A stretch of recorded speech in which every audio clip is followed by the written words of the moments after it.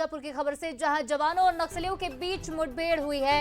1 करोड़ का इनामी नक्सली ढेर कर दिया गया है। ये बड़ी खबर। ऑटोमेटिक हथियार भी बरामद किए गए। तो नेशनल पार्क के जंगलों में ये मुठभेड़ चल रही थी और जो मुठभेड़ अभी जारी है, डीआरजी, कोबरा और एसटीएफ के जवान लगातार सर्च ऑपरेशन में जुटे हुए हैं। और तस्वीरों में नजर आ रहा ये नक्सली कोई आम नक्सली नहीं है, ये 1 करोड़ का इनामी नक्सली है। तेंतु सेंट्रल कमेटी का ये मेंबर बताया जा रहा था और एक बड़ी सफलता हाथ लगी है जवानों के। बीजापुर नेशनल पार्क में हुई मुठभेड़ में ये 1 करोड़ का इनामी नक्सली तेंतु लक्ष्मी नरसिम्हा उर्फ गौतम ढेर हो गया है। 1 करोड़ का इनामी नक्सली था, ऐसे में इसे एक बड़ी सफलता माना जाएगा।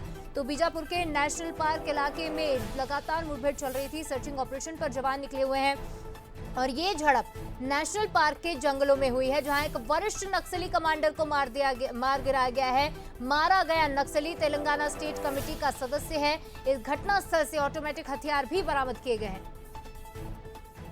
तो देखिए, इससे पहले 21 मई को नक्सली चीफ बसव राजू को ढेर किया था। एक बड़ी सफलता उस वक्त भी हाथ लगी थी। 1.5 करोड़ का इनामी नक्सली ढेर हुआ था और इस बार 1 करोड़ का इनामी नक्सली तेंतु ढेर हुआ है। चलिए ये भी जान लेते कौन था नक्सली सुधाकर। 1 करोड़ का इनामी नक्सली तेंतु लक्ष्मी नरसिम्हा चलम उर्फ गौतम सेंट्रल कमेटी मेंबर था। सुधाकर बताया जा रहा है कि आंध्र प्रदेश का रहने वाला ये सुधाकर जो एक्टिव था इस इलाके में, तेलंगाना, छत्तीसगढ़ और महाराष्ट्र में मोस्ट वांटेड नक्सलियों में इसका नाम शामिल था, जिसे अब मार गिराया गया। इसका शव भी बरामद कर लिया गया है।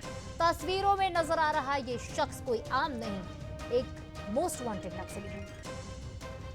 और इस खबर पर ज्यादा बातचीत करेंगे बस्तर ब्यूरो रजत वाजपेयी हमारे साथ जुड़ रहे हैं। रजत, एक बड़ी सफलता बसव राजू के बाद ये तेंतु मारा गया है, कितनी बड़ी सफलता इसे माना जाएगा? साथ ही इस इलाके की भी जानकारी दीजिएगा जहां पर मुठभेड़ चल रही है।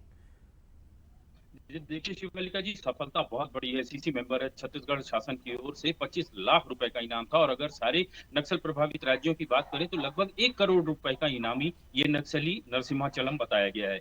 जो सेंट्रल कमेटी है उसमें बड़ा ओहदा था इसका और इसके साथ ही बस्तर में नए तरीके से जिम्मेदारी संभालने की कोशिश हो रही थी। दरअसल मैं आपको बताऊं, अगर पिछले 15-16 महीनों की अगर बात की जाए तो इन 15-16 महीनों में 12 से अधिक जो है वो एसीएम रैंक के जो नक्सली हैं, जो स्टेट कार्डर के, वो मारे गए हैं। और इसके अलावा जो आपको याद होगा 21 मई को जो मुठभेड़ हुई थी उसमें नक्सलियों का चीफ बसव राजू मारा गया था। इस तरीके से जो बैक टू बैक सफलताएं मिल रही हैं उसकी वजह से ये नए नक्सली जो आंध्र कैडर के हैं इन्हें डिप्यूट किया जा रहा था। ये यहाँ पहुंचकर अपनी जड़ें जमा पाता, इसके पहले ही फोर्स के जवानों ने इसे मौत के घाट उतार दिया है।